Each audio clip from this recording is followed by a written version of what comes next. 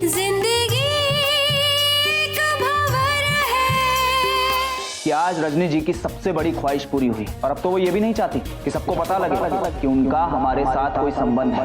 मंत्री पद मिलना कोई बड़ी बात नहीं है। बड़ी बात ये है कि अपने पद के साथ इंसाफ करना। ऐसा कुछ मत करिएगा कि सरकार और पार्टी आपसे ये पदभार वापस लेने के लिए मजबूर हो जाए। एक झटके में रजनी वर्मा के हाथ से वो पद नहीं जाएगा और हमेशा पद पर बने रहने के लिए वो ऐसा खेल खेल सकती हैं। हम सच जानना चाहते हैं निधि, हमें सच सच बताओ, क्योंकि ये बहुत बड़ी बात है। हमें बताओ कि सच क्या है।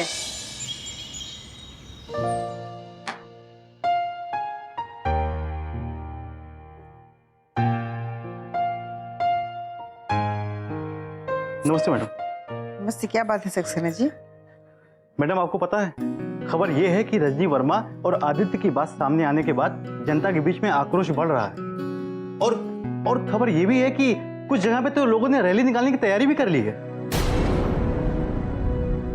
ये तो है, इस बात को लेकर जनता में आक्रोश तो फैलेगा ही। मैडम, सर ने कहा कि पार्टी के विरोधी भी इस बात का फायदा उठा सकते हैं और उन्होंने ये भी कहा है कि अच्छा होगा अगर आज आप घर से बाहर ना निकलें तो। क्या बात है सोनाली? माँ जी, मैं जानती हूँ कि आप सबको यही लगता है कि मैं रजनी वर्मा से मिली हुई हूँ।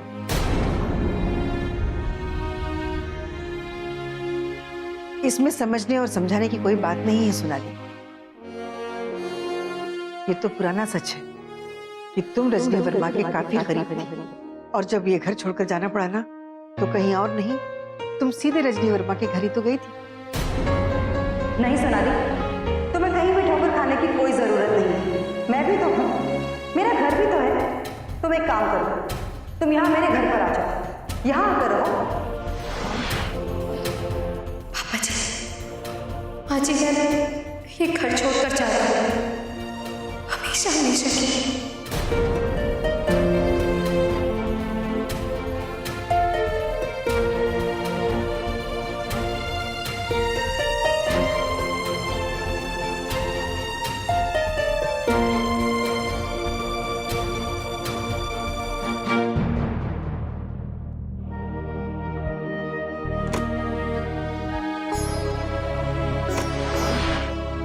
जब हमें हमारा कोई अपना छोड़कर चला जाता है ना सोनाली, तब हमारी यही सोच हो कि हम उसके अलावा किसी और के साथ अपनी जिंदगी नहीं गुजार सकते। जब जिंदगी पर अकेलापन भारी पड़ने लगता है, तब उस अकेलेपन को मिटाने के लिए हमें किसी न किसी के सहारे की जरूरत पड़ती है।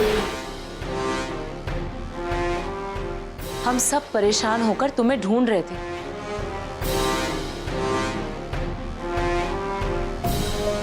और रजनी वर्मा इतना भी नहीं बता सकती थी कि तुम उसके घर पर हो। आखिर क्यों? हमें मुख्यमंत्री जी का फोन किया। आज जिंदगी में पहली बार उन्होंने मुझे फोन किया, वो भी शायद तुम्हारी वजह से। हम लोग तो यही सोचकर परेशान हैं कि पता नहीं तुम कहाँ हो, पता नहीं तकदीरा मनसा ये कौन सा खेल खेल रही है।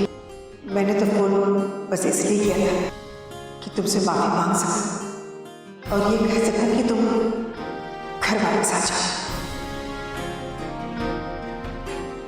हाँ सोनाली,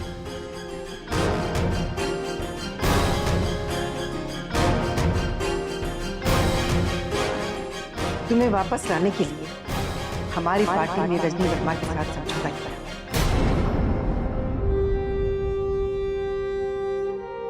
कि उसे मंत्री पद दिया जाएगा।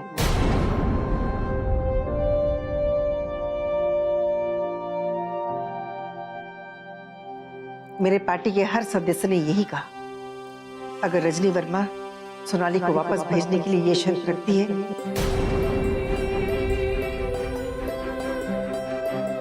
तो उसे मंत्री पद दे दिया जाना चाहिए। पता है सोनाली, कितने गिरे हुए लोग हैं ये। अरे मैंने तुम्हें अपने घर में जगह दी, उसकी कीमत चुकाना चाहते हैं ये लोग। मुख्यमंत्री जी के कहने पर मेघना जी ने मुझे खुद फोन किया। उन्होंने मुझे मंत्री पद का प्रस्ताव दिया, लेकिन मैंने तुम्हारा साथ किसी मंत्री पद के लालच में थोड़ी ना दिया है। अरे तुम तो मेरी छोटी बहन की तरह हो। मेघनाथ जी ने फोन करके मुझे खुद ये प्रस्ताव दिया। देखो, सभी लोगों के मुझे फोन आ रहे हैं, सभी मुझे यही समझा रहे हैं कि सोनाली का बच्चा जो करोड़ों का मालिक है, उस बच्चे की वजह से सोनाली की जिंदगी संवर सकती है। और अब तो उन सब की बातें सुनकर मुझे भी यही लग रहा है सोनाली, कि अगर इतनी बड़ी बात है तो तुम्हें मुख्यमंत्री जी के घर वापस चले जाना चाहिए। हाँ बताओ, मुझे मालूम था तुम मुझे फोन जरूर करोगे, मुझे मुबारकबाद तो तुम जरूर दोगे। मैं तो हमेशा दिल से यही दुआ करती हूँ दीदी कि आपका ओहदा दिन ब दिन बढ़ता जाए। पता नहीं सोनाली कि तुम इस बात को समझ पाओ या नहीं समझ पाओ कि तुम अब इस घर की मेंबर हो। इस घर का रिश्ता जुड़ा हुआ है अब तुमसे, और तुम्हें जरिया बनाकर रजनी वर्मा ने ये कुर्सी हासिल की है।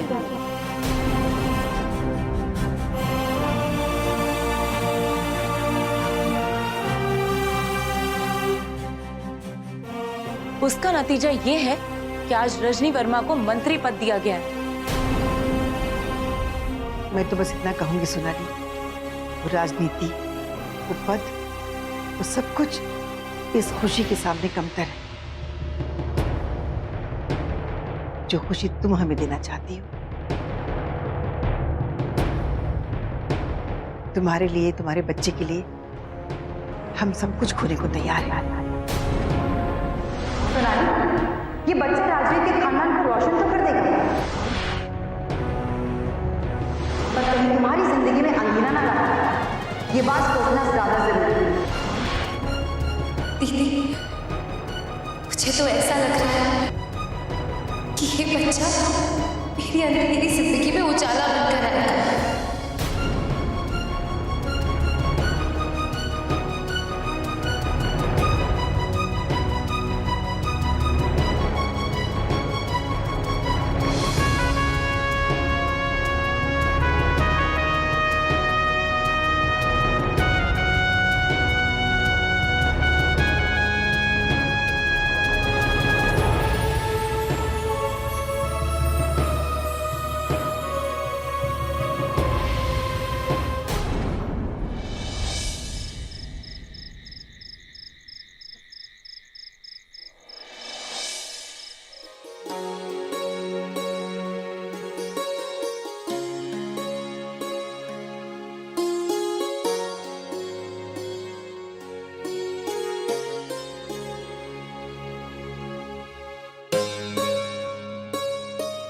क्या बात है माँ, आप परेशान लग रही हैं।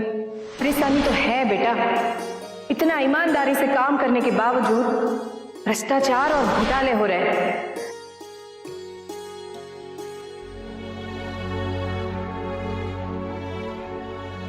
यहाँ पे जितने भी इनका आदमी है सबको पकड़ो। मिस्टर प्रदीप, मिस्टर आदित्य, मैं आप दोनों को अरेस्ट कर सकता हूँ।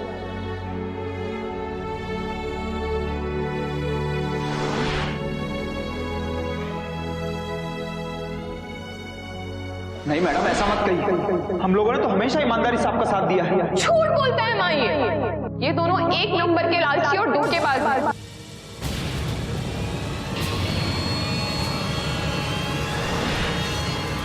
ये दोनों सिर्फ शारदा आंटी को ही नहीं बल्कि आपको भी धोखा दे रहे थे। और जब मुझे इस बात का पता चला तो इसने मुझे धमकी दी कि आपको जान से मार देगा, और मुझे चुप रहने के लिए मजबूर कर दिया।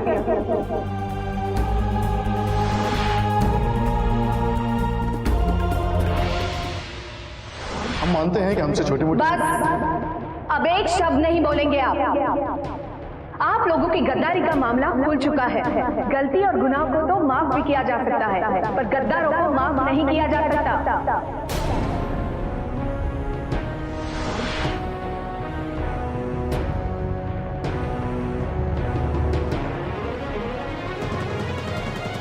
मैडम एक बार माफ कर दीजिए मैडम। नहीं माफ बिल्कुल नहीं, ऐसे आस्तीन के सांपों को बिल्कुल माफ नहीं करना चाहिए। इन्हें इनके गुनाहों की सजा जरूर मिलेगी।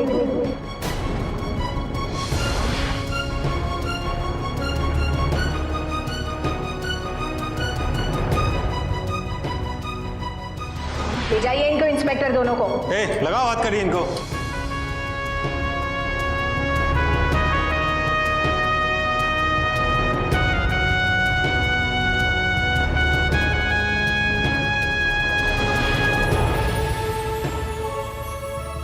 आज निधि की शादी होने वाली और उस पर ऐसी खबरें सुनने को आ रही है जिस पर यकीन करना मुश्किल हो रहा है।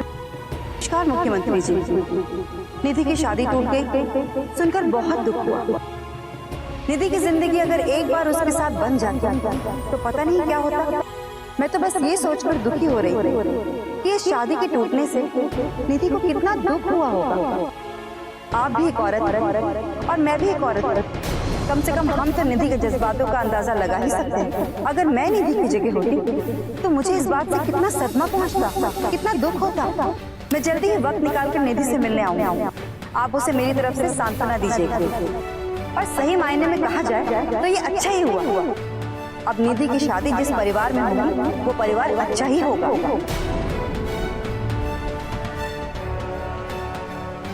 रजनी वर्मा के जरिए शंकर प्रसाद को राजनीतिक चाल चलने की कोशिश न करें और ऐसी चाल जिससे कि सरकार की छवि खराब हो या सरकार के गिरने का अंदेशा हो।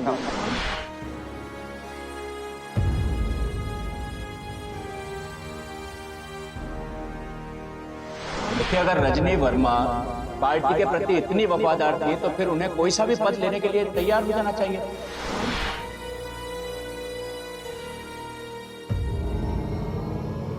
उन्होंने निर्माण विभाग का पद ही क्यों मांगा? इसके पीछे क्या कारण है? आज मैंने तुम्हें एक बहुत जरूरी काम के लिए फोन किया कि तुम अपनी माताजी को फोन करो, उन्हें यह कहने के लिए कि रजनी वर्मा जी को जो भी मंत्रालय चाहिए वो उन्हें दिलवा दे। और अगर वो तुम्हारी खुशहाली चाहती है तो उन्हें सबको इस बात के लिए मनाना भी होगा और रजनी जी को वो मंत्रालय दिलाना भी होगा। क्योंकि अगर तुमने ऐसा नहीं किया तो मैं सौरभ को वो तस्वीरें ही नहीं भेजूंगा, बल्कि उसे ये अच्छी तरह समझा दूंगा कि तुम मुझे किस कदर टूट टूट कर प्यार करती हो। रजनी वर्मा जी पद को पाने के लिए इस हद तक गिर जाएगी ये तो कोई सोच भी नहीं सकता। और आदित्य को छुड़ाने के पीछे रजनी वर्मा जी का हाथ था, ये बात अब सामने आई है। लेकिन निधि से बात करने के बाद ये बात भी तो साफ हो गई है कि रजनी वर्मा ने शायद जानबूझकर इसी काम के लिए आदित्य को जमानत दिलवाई थी। और जेल से छूटने के बाद आदित्य ने जो सबसे पहला काम किया था वो यही किया था कि उसने मेरी निधि को मजबूर किया। लानत है ऐसे लोगों पर, लेकिन हम इसके आगे सिर नहीं झुकाएंगे। हमने महासचिव जी को बुलाया है और हर बात की जानकारी होनी ही चाहिए उनको।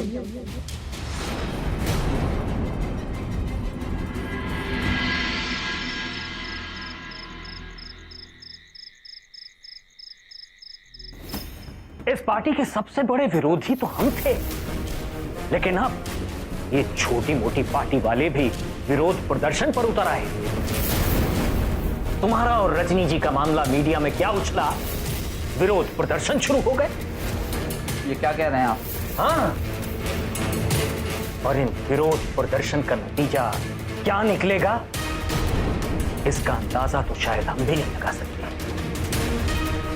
नमस्कार शंकर प्रसाद जी। नमस्कार रजनी जी, आइए। हम लोग अभी आप ही के बारे में बात कर रहे हैं। परेशान आप भी हैं और हम लोग भी हैं।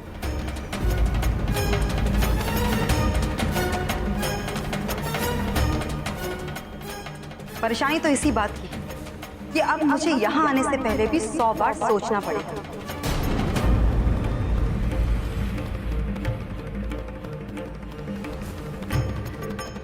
कि कहीं मीडिया की नजर मुझ पर तो नहीं है, कहीं पार्टी की नजर मुझ पर तो नहीं।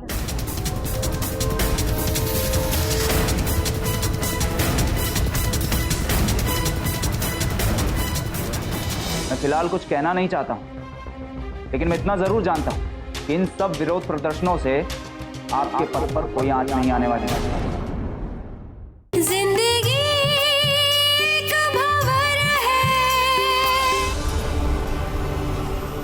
देखो आदित्य, आज इस भीड़ भाड़ के मोहम्मद तुम्हें यहाँ नहीं आना चाहिए। मेरी बात का बुरा मत मानो। मैं तो बस इतना कहना चाहती हूँ कि हमने तुम्हें जमानत दिलाई और ये हमारी जिम्मेदारी बनती कि कानून तुम्हें बेगुनाह समझे और कानून से तुम्हें बाइज्जत बरी किया जाए।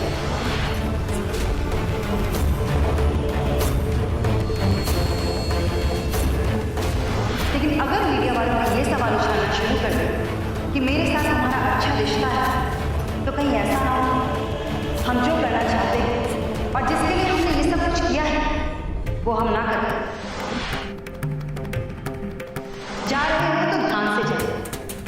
मैं बस तुम्हें इसीलिए रोक रही थी कि बाहर मीडिया के लोग मीडिया वालों की नजरों से बच कर जाए। कैसे बेइज्जती का सवाल कर रहे हैं आप? रजनी जी से मेरी पुरानी जान है और आज मुझे मंत्री पद मिला तो मैं यहाँ उन्हें मुबारकबाद देने आ गया। इसमें गलत क्या है? अरे सुनिए तो,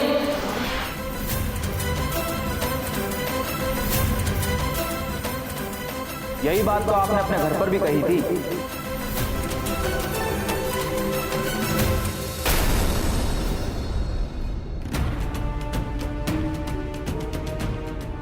कि अब मंत्री बनने के बाद आप पर सबकी नजरें रहेंगी।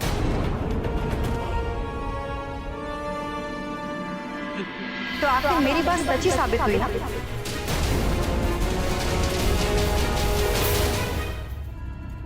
तुम मीडिया की नजरों से खुद को बचा नहीं सके ना?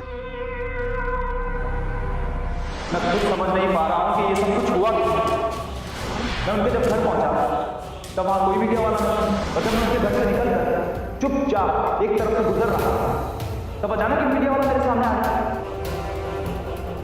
मुझे तो अभी समझ में नहीं आ रहा कि ये सब कुछ अचानक हुआ कैसे।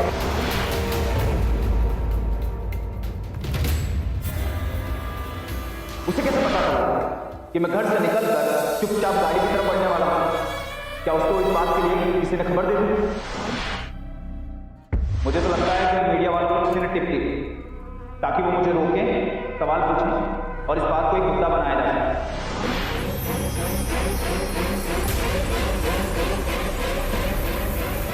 यही बात सोचकर तो मैं खुद हैरान हूं।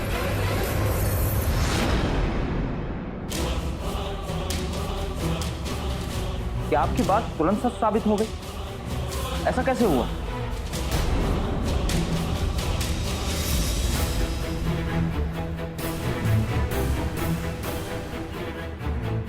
मंत्री पद तो मैं लेकर ही रहूंगी आदित्य, और मंत्रालय भी मेरी पसंद का ही होगा।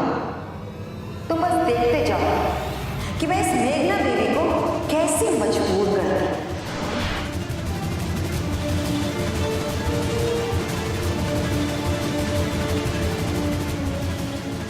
सबसे पहले आपको ये देखना होगा कि रजनी वर्मा आपका किस हद तक साथ देती है।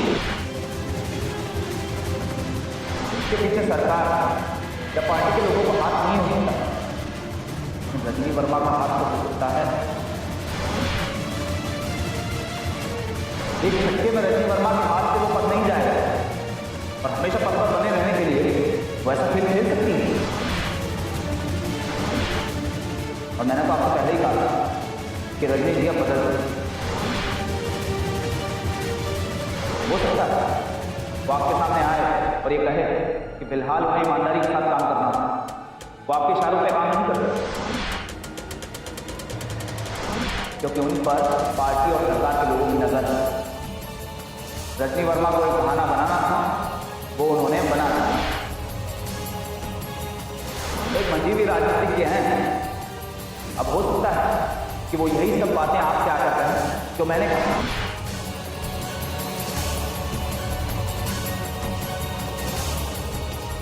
आपको इस बात का भी तो पता लगा होगा ना कि शहर में विरोध प्रदर्शन शुरू हो चुके हैं।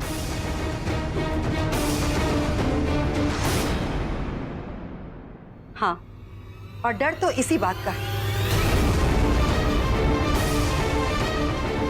इतने लंबे इंतजार के बाद मुझे ये मंत्री पद मिला है।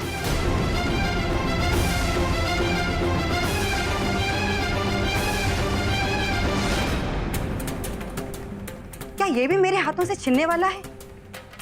मैं तो ये सोच रहा हूं कि सरकार के खिलाफ जो पहले प्रदर्शन होते थे उनके पीछे तो शंकर प्रसाद जी का हाथ होता था।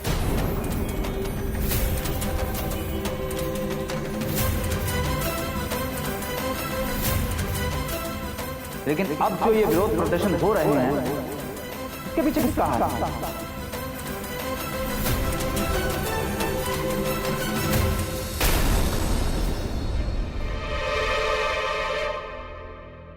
कहीं ये सब कुछ कोई नाटक तो नहीं है? कैसा नाटक? मैं फिलहाल कुछ कहना नहीं चाहता हूं, लेकिन मैं इतना जरूर जानता हूं कि इन सब विरोध प्रदर्शनों से आपके पद पर कोई आंच नहीं आने वाली। कि मेरे हाथ से ये मंत्री पद भी चला जाए। इतनी मुश्किल से मैंने इस मंत्री पद को हासिल किया है और अब मैं किसी भी वजह से इस मंत्री पद को छीनने नहीं दूंगी। जिंदगी आदित्य, छोड़ो इस बात को। रजनी जी, आप बताइए आप क्या कहना चाहती हैं? देखिए, मैं बस इतना कहना चाहती हूँ कि मैं जानती हूँ कि इस पार्टी में रहकर भी मैं आप लोगों के लिए ही काम कर रही हूँ।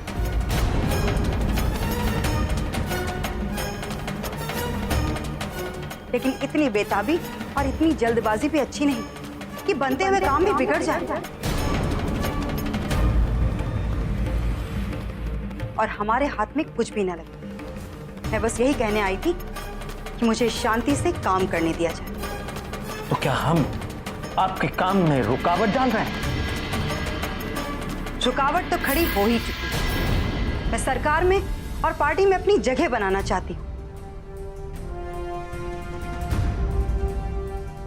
और उसके लिए ये जरूरी है कि आप लोग शांत रहें, खामोश रहें। हमें अपने रिश्तों का ढोल नहीं पीटना है कि मेरे हाथ से ये मंत्री पद भी चला जाए। इतनी मुश्किल से मैंने इस मंत्री पद को हासिल किया है।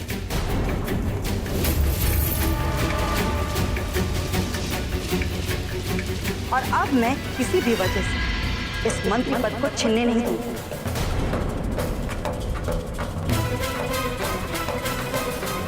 मैं बस यही कहने आई। नमस्कार शंकर प्रसाद।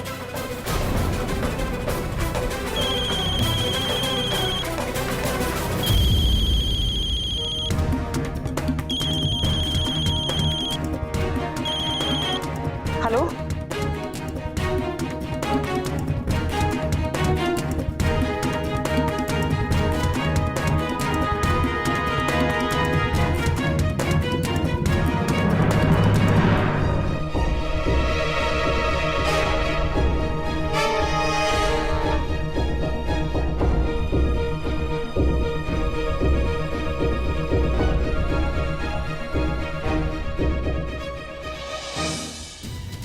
थोड़ा सा वक्त लग गया बेटा, लेकिन वसीयत तैयार हो गई है।